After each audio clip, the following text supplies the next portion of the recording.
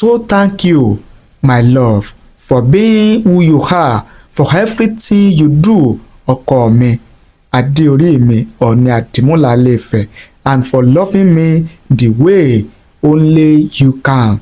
I love you more than words, more than time, more than anything, ọkọ mi. Ajídára bí egbin,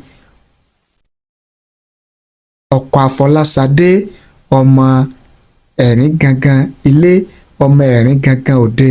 Àkàndé mi, ajíwẹ̀ fòòṣà, àjọpẹ́ fúnra wa o láṣẹ Olódùmarè, àwíṣẹ́ àfọ̀gbóhùn.